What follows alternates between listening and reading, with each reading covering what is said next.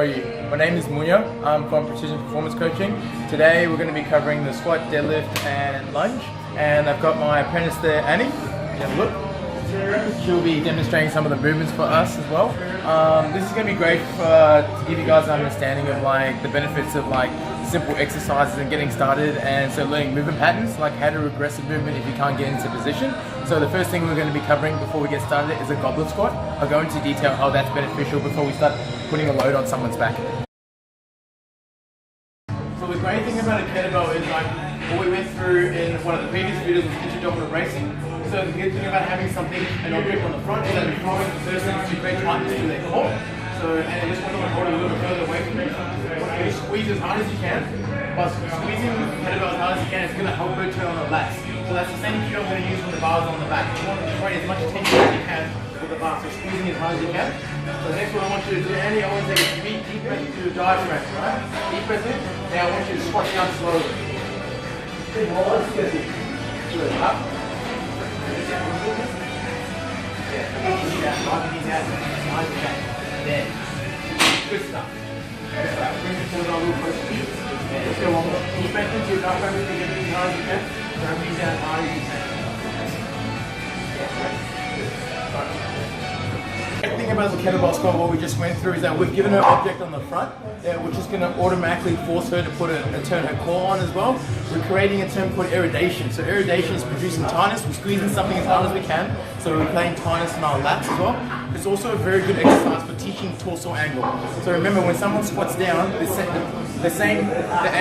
angle the torso makes on the way down is the same angle the torso makes on the way up. So what I mean by that is that as Annie's squatting, for example, right? So take a deep breath in, same thing we focused on. Squeezing the kettlebell as hard as you can. Right? Take a deep breath into your diaphragm. Watch focus. Come down, slowly. Up. Right. Spread your feet out just a little bit more. Keep your feet a little further up and then up, not really easy out. Now if you guys can take note of a torso angle, now come up. There. The same angle her torso comes down is the same angle the torso comes down. This puts a lot of emphasis on the hips and legs. Great guys, now that we've gone through inter-dominant racing, creating a lot of stability around the hips and the back as well, so we can really emphasize using power through the legs. Now we've gone through regressing the exercise, so if someone can't get into position for a squat, the first thing we do is do the goblet squat. The goblet squat is a great teaching cue as well, because it teaches tightness through the core, squeezing the kettlebell, tightness through the lats, and testing torso position, which is essential for a back squat. So now we're going to actually go over to the back squat and see if we can implement all the things we just learned.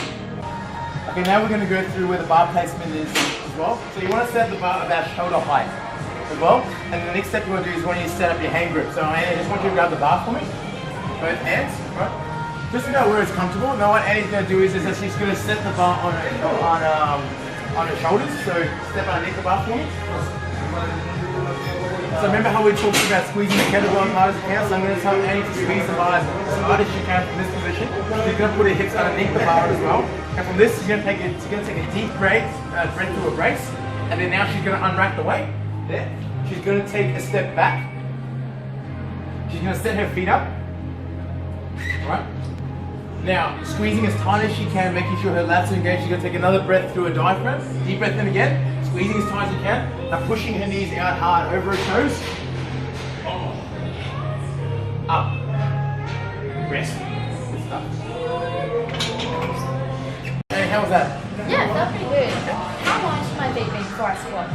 This is a great question. The great thing about the squat that the technique is independent to each person as well, right? So depending on what your outcome is as well, you're going to have different widths, different stance for the squat as well. So as you say, if you're performing a high bar squat, so just shoulder with the bar as well. And what I like to get people to do is focus on 3 points of contact, right? Big toe, little toe, heel. The reason why this is important is because the ankle connects to the knee, then there's the femur, and then there's the hip as well, right? So if we maintain 3 points of contact and drive our knees out, this helps keep loading through our glutes. So make sure when you're squatting as well that you're drilling your feet into the floor and focusing on driving your knees out as hard as you can. Okay, now we're just going to perform a few reps to show you how it all kind of puts together.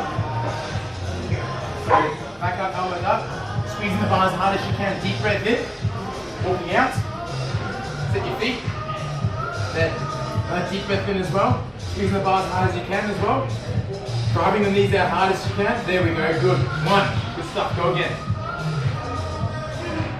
Good, good. Go again. Deep breath in. Shove the knees out hard. Stay tight. Squeeze that part. Squeeze that part. Come on. Go again. Nice. Rest.